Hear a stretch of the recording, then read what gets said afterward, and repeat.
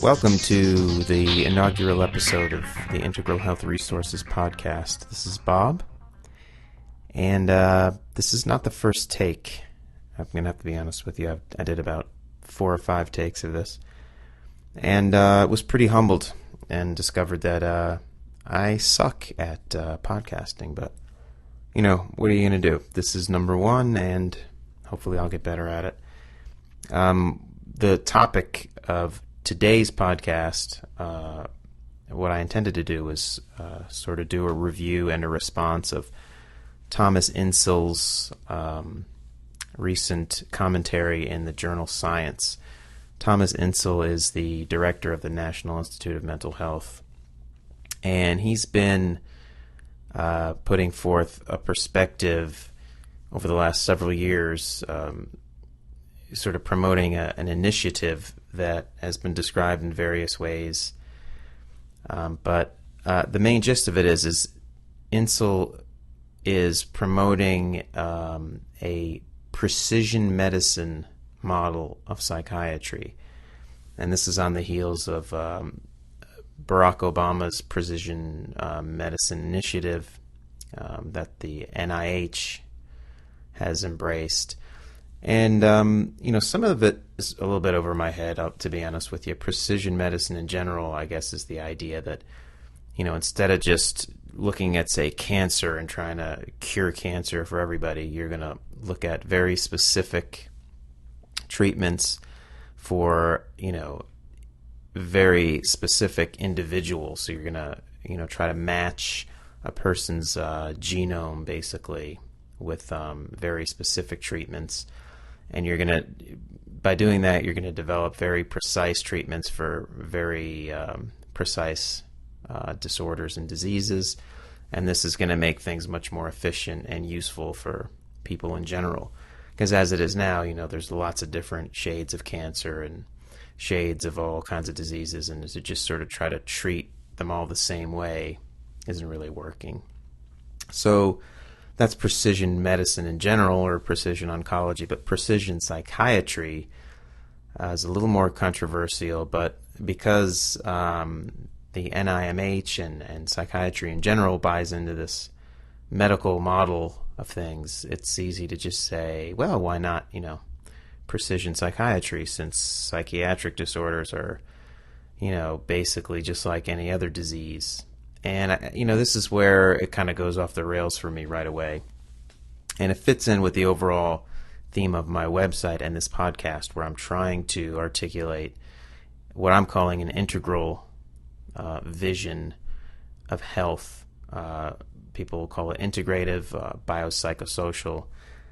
And, this project has turned out to be, not all that easy, because anyone can just say, "Oh yeah, let's come up with a more integrative way of thinking about it," or we got to make sure we take into account the biology and psychology and sociology and cultural factors, and everything needs to be taken into account. And most anyone out there, including Tom Insel and any psychiatrist, is going to at least pay lip service to this biopsychosocial or integral way of doing things. It's a lot more difficult, though, to articulate this in a way that really makes sense. Because one of the challenges that I want to sort of rise up to and respond to, and this podcast in general, is so you have this biopsychosocial model or this integral model. Well, so what? How is that actually going to help anything, or how is that going to get any traction in everyday or practical matters? So that's what I'm attempting to do with the podcast in general, my website in general, and specifically my response to this idea of precision psychiatry. Right off the bat, I'm thinking that this is really just, a move toward developing new drugs and new physiological or brain-based interventions. And of course it is. One of the points in the article in Science, the Insel's commentary, and I'll post a link on my on the Integral Health Resources website, so you can all just check that out yourself. But one of the main points is that Tom Insel wants to sort of do away with the whole idea of mental disorders. He wants to move away from this kind of wishy-washy focus on subjective symptoms and clusters of symptoms, and use a new sort of framework that he calls brain circuit disorders. And while he throws in some psychosocial stuff in there, and he certainly acknowledges in other contexts that psychiatric disorders are a biopsychosocial cultural phenomenon. This move to change the name from mental disorder to brain circuit disorder just seems to me to be this very reductionistic move, and also sort of doomed to failure. I mean, the whole notion that psychiatric disorders are analogous to just any disease, because I guess the argument goes it's all in the brain, and the brain is just an organ in the body, and so once we understand that in enough detail, we're going to figure out all this stuff. And I'm not buying that. I think really we need to go in the other direction, where we give more emphasis to the psychosocial determinants of health in general, and that goes for all diseases, but psychiatric disorders, I think, in particular. So that's my basic response to his argument, and I have a few snippets from an earlier rant that I think are relevant to this article, and here's one of them. If you think about certain metaphors, imagine that you're in a room and you're feeling relaxed, and and you have some sort of futuristic device that can scan everything that's going on in your body and brain, and all these scans are showing that you're basically in perfect balance and perfect health and doing great. And then all of a sudden, through a door across the end of this large room, a tiger just is let in to the room that you're in. And immediately upon seeing this tiger, your brain circuitry and body and adrenaline, everything just starts going completely out of whack. You're freaking out. This hypothetical scanner device is showing that you're incredibly out of balance. Cortisol is coursing through your veins, and you're obviously extremely stressed. And, you have two options here, let's just say. You have some futuristic implant device or drug that could be administered to you that's going to rebalance, all your body and brain circuitry exactly to where it was moments before the tiger walked in. And, you're going to have some technology that's just so unbelievably advanced that it knows exactly how to take all of those things and bring it back to the balance point, which seems obviously incredibly far-fetched. Or you can have that tiger be yanked back on his leash back through that door and have that door shut and locked. And then miraculously, all your brain and body chemistry just goes back to normal, because, we already have that built in evolutionarily, or however you want to look at it. So you have one that's, an environmental or a behavioral solution, which is just, the tiger comes in, so pull the tiger out and everything's going to change. Or you can go with this biochemical brain intervention, which really doesn't make any sense. Now, of course, when you're talking about psychological disorders and so forth, it's a hell of a lot more complicated. But well, here's another stupid one. If you'll just go along with me here. Say you're in a car and you're listening to just some god awful music, And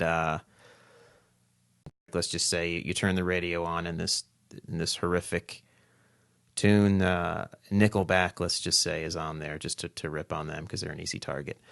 Nickelback is on, and it's just, you just can't believe how terrible this music is.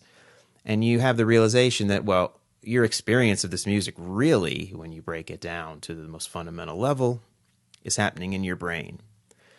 So if you don't want to be suffering this terrible music, you could, have somebody go into your brain and alter things in your brain so that, it processes the Nickelback in a different way so it doesn't, register anymore. You could have someone develop a drug that basically makes it so that, Nickelback, whenever it's played, just doesn't register in your brain, and then you'll feel fine then. Or you could just turn the radio off. So again, saying that something fundamentally is physiological or in the brain doesn't at all mean that the way to go is to figure out how to directly impact the brain processes, because there's simple behavioral social things that can be done that will make the change instantly. Now, when it comes to a psychological disorder, because it is so complex, and you might have somebody who's completely messed up or manic or depressed or hallucinating or whatever the issue is, and maybe it's a combination of all kinds of things that have happened in their life and genetic predispositions, and you can't, as they say, just put the tiger back in the cage or turn the radio off in that situation. You can't just go back and undo the series of psychosocial events, or even throw genetic events in there that have happened to this person. And so, because it's so complicated and overwhelming, it seems like in that case, maybe it's just easier to, put an implant in someone's brain or give them a pill. But while, there's a place for that, I think, in people that are in extreme situations and there's just absolutely nothing you can do for them psychosocially. If you can ease suffering, then whatever it is. I mean, this ECT, electroconvulsive therapy, is pretty much set up on that premise where, you just like basically zap somebody's brain because nothing else has worked. And sure enough, it actually helps certain people that are so depressed where nothing else works. And it seems crazy, and no one really knows why it works, but it seems that, it does work in a lot of cases. So, that's on the table, when you're dealing with someone at the extreme end of suffering in some way. But if you can do something psychosocially, then clearly that's, a more optimal way to deal with something that was in a sense caused by psychosocial factors, however complicated.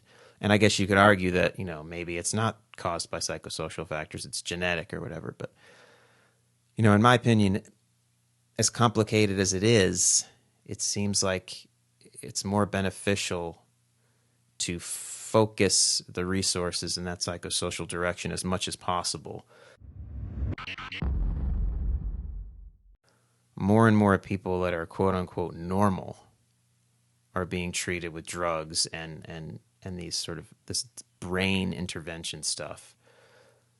Really because the incentives and the whole system is set up such that, drug companies and different professions like psychiatry profit more when you take that sort of tack. And so while so on the one hand, you have people in the normal range, they're getting diagnosed with ADHD and this, that, and the other thing and treated with meds to a ridiculous extent. People that are really suffering the most aren't getting any treatment at all. Our culture now, the police, prison systems, hospitals, these are the places that are dealing with our profoundly mentally ill people, and we're dealing poorly with them.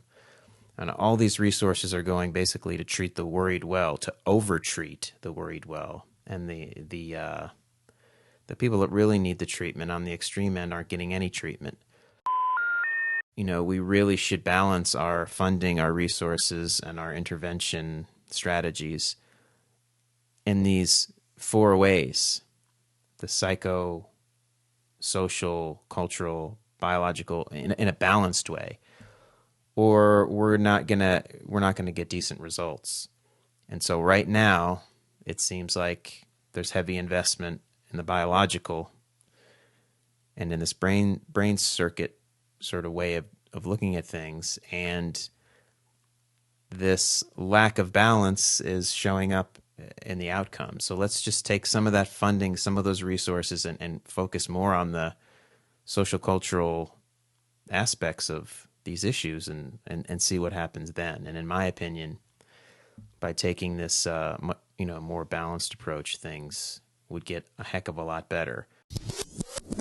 Anyway, I can say more on that in a future podcast, but this has just been a bit of a rant on this latest statement from Tom Insel that, basically he's saying let's drop mental disorders as terminology and let's replace that with brain circuit disorders. And while I know that he's, like I said, well aware that there's an integral or biopsychosocial cultural,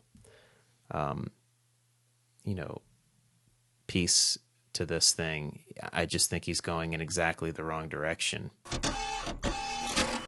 If you have a perspective on it, you can shoot me an email at bob@integralhealthresources.com.